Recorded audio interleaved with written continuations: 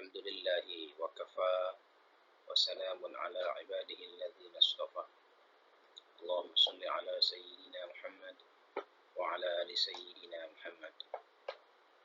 Sobat peradaban yang saya hormati, pada pertemuan kita kali ini akan membahas proses penciptaan manusia berdasarkan Al-Quran,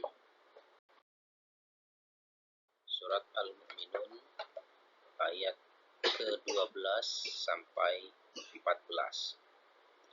A'udzu billahi minasyaitonir rajim. Bismillahirrahmanirrahim.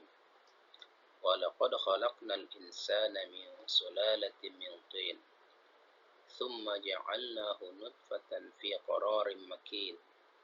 ثم خلقنا النطفة علقة فخلقنا العلقة مضغة فخلقنا المضغة عظاما فكسونا العظام لحما ثم أنشأناه خلقا آخر فتبارك الله أحسن الخالقين.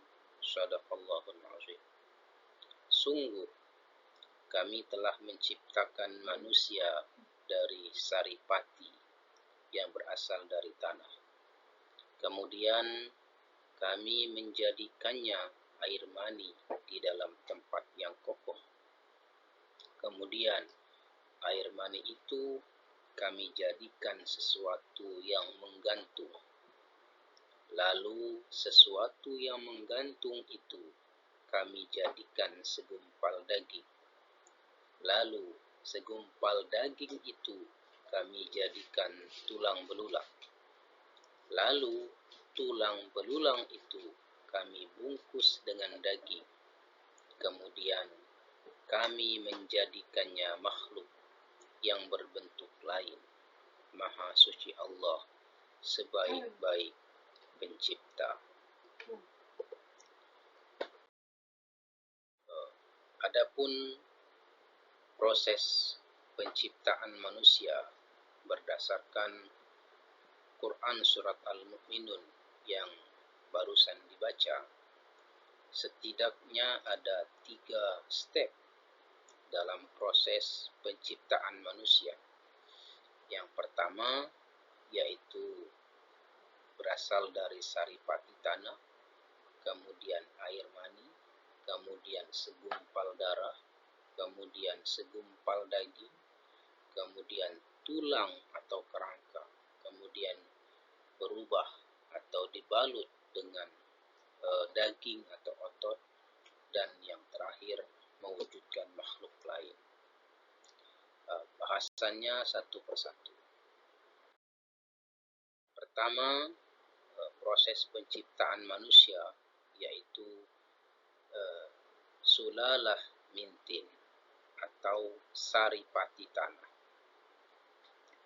Saripati tanah adalah suatu zat yang berasal dari bahan makanan yang bersumber dari tanah, yang kemudian dicerna menjadi darah, kemudian diproses hingga akhirnya menjadi sperma.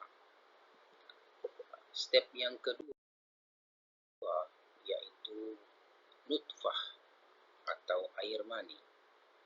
Air mani seorang pria disebut sel sperma dan air mani perempuan disebut sel telur atau ovum. Nah, ketika keduanya bertemu dalam proses pembuahan, maka akan tersimpan dalam tempat yang sangat kokoh, yaitu rahim seorang wanita. Dan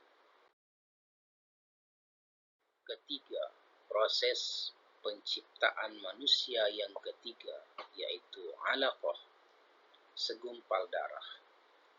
Alaqah berasal dari kata alaqa yang artinya sesuatu yang membeku, bergantung atau berdempet, sehingga dapat diartikan sebagai sesuatu yang bergantung di dinding rahim. Dan step yang keempat yaitu mudghah segumpal daging. Dalam ilmu kedokteran, ketika sperma pria bergabung dengan sel telur wanita, maka intisari bayi yang akan lahir terbentuk. Sel tunggal yang dikenal sebagai zigot akan segera berkembang dan membelah diri hingga akhirnya menjadi segumpal daging. Step yang kelima dalam proses penciptaan manusia yaitu izam, tulang atau kerangka. Pada fase ini, embrio mengalami perkembangan dari bentuk sebelumnya yang hanya berupa segumpal daging hingga kemudian berbalut kerangka atau tulang. Dan keenam, kisah al-izam bil laham, penutupan tulang dengan daging atau otot. Kisah berarti membungkus dan laham yang berarti daging. Ini bisa diibaratkan seperti pakaian yang membungkus. Dalam hal ini membungkus tulang. Dan step yang ke-7 yaitu insya, mewujudkan makhluk lain. Fase ini mengisyaratkan bahwa ada sesuatu yang dianugerahkan yang menjadikannya berbeda dengan makhluk lain.